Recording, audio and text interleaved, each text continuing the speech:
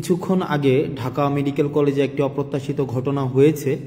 আমরা শুনতে পেয়েছি যে ঢাকা মেডিকেল কলেজে যারা ডাক্তার রয়েছেন তাদের উপর একটা অতর্কিত হামলা হয়েছে।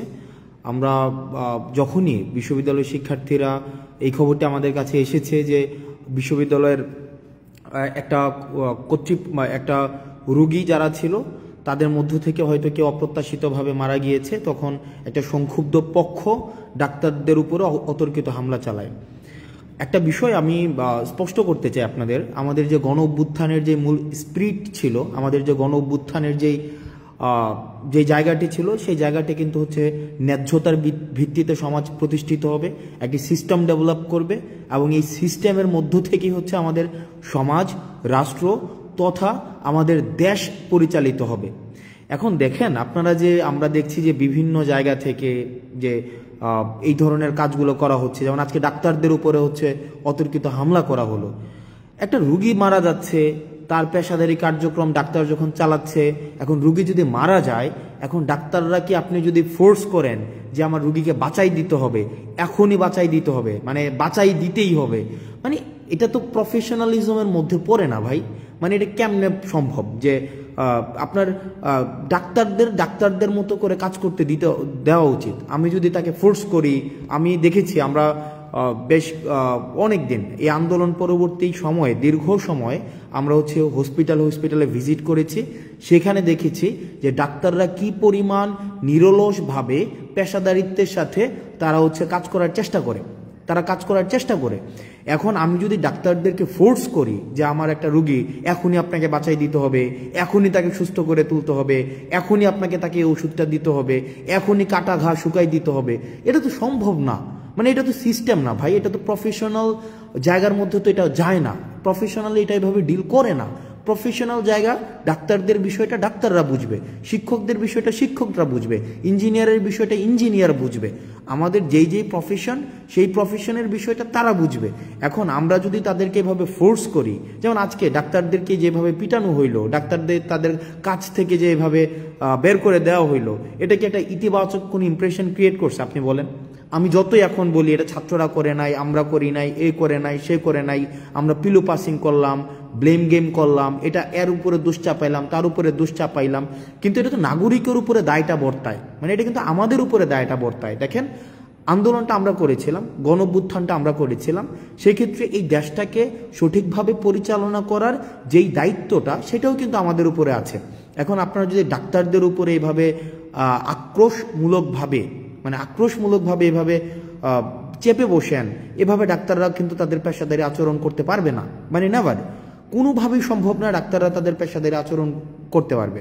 সেই জায়গা থেকে আমি যারা ডাক্তার রয়েছে তাদের কাছে, ঢাকা মেডিকেল সহ অন্যান্য মেডিকেলের যারা ডাক্তার আছে, আমি ব্যক্তিগতভাবে আমি খুবই লজ্জিত, এবং আমি আপনাদের উপরে আজকে যেই হামলাটা হয়েছে সেটার আমি যারা আইনশৃঙ্খলা রক্ষাকারী বাহিনী রয়েছে, আমি তাদের প্রতি অনুরোধ জানাবো তারা যেন যথাযথ ব্যবস্থা নেয়, এবং আমরা আমাদের জায়গা থেকে সেটি নিয়ে কথা বলবো।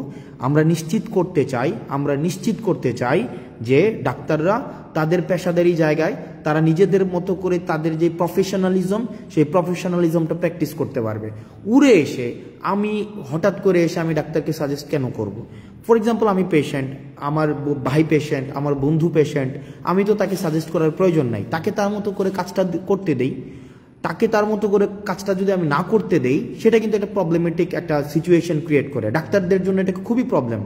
আমি যদি ডাক্তারকে প্রতিপক্ষ বানাই, শিক্ষককে প্রতিপক্ষ বানাই, ইঞ্জিনিয়ারকে প্রতিপক্ষ বানাই, আমি যদি এভাবে প্রতিপক্ষ শুধু বানাতেই থাকি, দিন শেষে আমি আসলে দেশটা কাদেরকে নিয়ে পরিচালনা করব?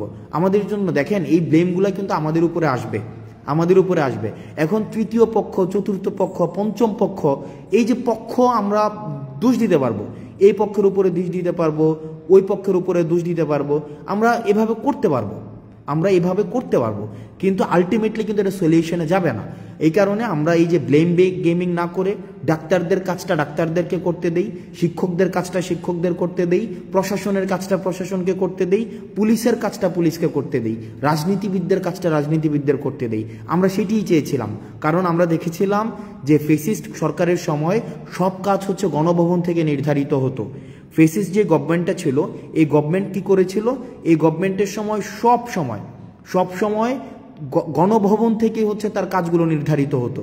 কিন্তু আমরা চেয়েছিলাম এভাবে না হোক, আমরা চেয়েছিলাম কি ডিসেন্ট্রালাইজেশন অফ পাওয়ারের মধ্য দিয়ে কি হবে, যার কাজটা সেই করতে পারবে। ডাক্তারদের কাজ ডাক্তাররা করবে, রাজনীতিবিদের কাজ রাজনীতি করবে, তারপরে হচ্ছে মিডিয়ার কাজ মিডিয়া করবে। কিন্তু আমরা দেখেছিলাম সেটা না হয়ে কি হয়ে গিয়েছিল, সবগুলো একসাথে ব্ল্যান্ডেড হয়ে গিয়েছিল। আর যখনই ব্ল্যান্ডেড হয়ে গিয়েছিল তখনই প্রবলেমটা হয়েছিল কি, ফেসিজমের উৎপত্তি হয়েছিল।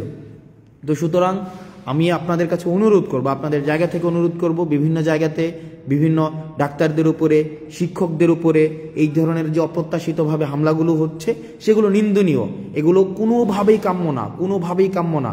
এখানে পাওয়ার পলিটিক্স, পেশি শক্তি বা সিস্টেমের বিরুদ্ধে গিয়ে কোনো ধরনের জোর করে বাধ্যতামূলকভাবে কিছু করানো, এই বিষয়গুলোকে কখনোই আমরা স্বাগত জানাই না, এগুলোকে আমরা পৃষ্ঠপোষকতা দেইও না। এগুলো হচ্ছে আমাদের যে গণঅভ্যুত্থানের যে মূল স্পিরিট ছিল, আমাদের যেই গণঅভ্যুত্থানের যেই জায়গাটি ছিল, আমাদের যেই গণঅভ্যুত্থানের আমরা সবাই যে নেমে এসেছিল রাস্তায়, সেই জায়গাটির সাথে সাংঘর্ষিক। সুতরাং আমরা যদি একটা দেশ গড়তে চাই, আমরা যদি একটি বৈষম্যহীন দেশ গড়তে চাই, সেই দেশের মধ্যে যার কাজটা তাকেই করতে দিতে হবে।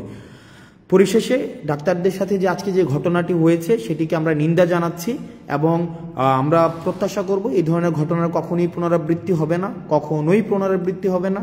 এবং ডাক্তার সংশ্লিষ্ট যারা রয়েছেন, আপনারা যে নিরলসভাবে কাজ করে যাচ্ছেন সেটিকে আমরা স্বাগত জানাই। আপনারা যে নিরলস কাজটাকে আমরা সম্মান জানাই। আপনারা এই ক্রাইসিস মোমেন্টে যেভাবে নেমে এসছেন, আপনারা যেভাবে সেবা দিয়ে যাচ্ছেন, আমরা এটা স্বীকার করি যে চিকিৎসা খাতে অনেক ধরনের অসামঞ্জস্য রয়েছে, কিন্তু কিছু ডাক্তার রয়েছে তাদের জায়গা থেকে তারা নিরলসভাবে কাজ করে যাচ্ছেন।